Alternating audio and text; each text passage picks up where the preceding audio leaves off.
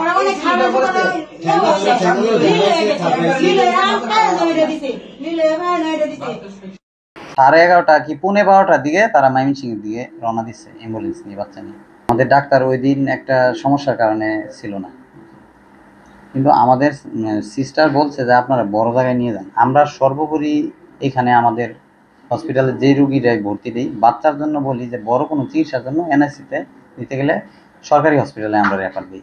আমাদের এখানে এনআইসি নাই, এটা সর্বোপরি আমরা সবার সাথে বলি। আমাদের সার্বক্ষণিক ডাক্তার থাকে, ওই দিন ছিল না, হয়তো অ্যাক্সিডেন্টলি ওনারও একটা বিপদ ঘটছে এই জন্য আসতে পারবেন। তারা তো বলবে আপনি শ্রীপুর হসপিটালে টিএস স্যার শফিক স্যারকে ফোন দিয়ে বলেন।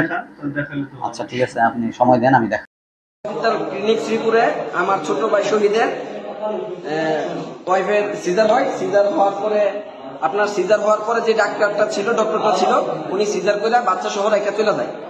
তারপর আপনার রেখা চলে দেওয়ার পরে একজন নার্সের তত্ত্বাবধানে এই যে দেখেন এই পুরো ফ্লোরটা যে আছে এই পুরো ফ্লোরে দেখতে আছে একজন নার্স।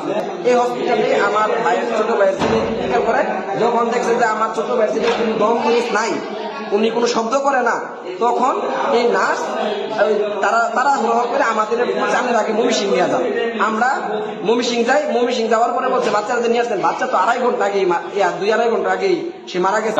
ডাক্তার ছিল, কোনো হাসপাতালে যদি ডাক্তার না থাকে তাহলে এখানে অপারেশন করার কোনো লিগেল ভিত্তি নেই। আর পাশাপাশি হচ্ছে যে রাতে রোগীর প্রাকৃতিক কমপ্লেন সেটা হচ্ছে যে একজন নার্স ছিল। নার্স বলতে আসলে নার্স ছিল, মূলত সে ছিল মানে ডিপ্লোমা ছাড়া আমরা কাউরে নার্স বলে গণ্য করি না। হচ্ছে আপনাদের হাসপাতালে আসার পরে বাসার একটা বাসা উপরে বলা আর মানুষ ভাড়া থাকে দিলাম সমান এই যে একটা মহিলা মাত্রা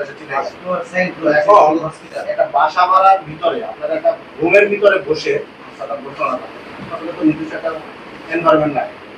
সেই এনভায়রনমেন্টটা আমি এখানে খুঁজে পাই। তুমি তোমার বলতে হাসপাতালে এনভায়রনমেন্ট তুমি পরিবেশে সার্টিফিকেট আইডেন্ট করো না, তোমার পরিবেশে সার্টিফিকেট দেবে ওই যে 4টা যে বালতি আছে বালতিটা প্রমাণ করে পরিবেশে সার্টিফিকেট। পরিবেশ সার্টিফিকেট কি প্রমাণ করে এটা তো বলতে পারবো। হাসপাতালে এনভায়রনমেন্ট পরিবেশ সার্টিফিকেট এক জিনিস না, হাসপাতালে এনভায়রনমেন্ট নাই, এনভায়রনমেন্ট এক জিনিস পরিবেশ। তারপরে ওইটা একটা সুনির্দিষ্ট অভিযোগ আসছে আপনাদের যে আপনারা কালকে রাত্রে নিজেরা অস্বীকার করছেন যে আপনাদের কোনো ডিউটি ডাক্তার ছিল না, আপনি নিজে অন করবেন। সময় ইসলাম উনি সকালে আসে, মাসুম খান ছিল। মাসুম খানের যদি না আসতো এমন হতে পারে মাসুম খান নিতে অসুস্থ, সেটা ওনার অবশ্যই থাকতে হবে। হাসপাতাল কিন্তু খুবই সচেতন, আপনাদের হাতে মানুষের জীবন নির্ভর করতে হবে।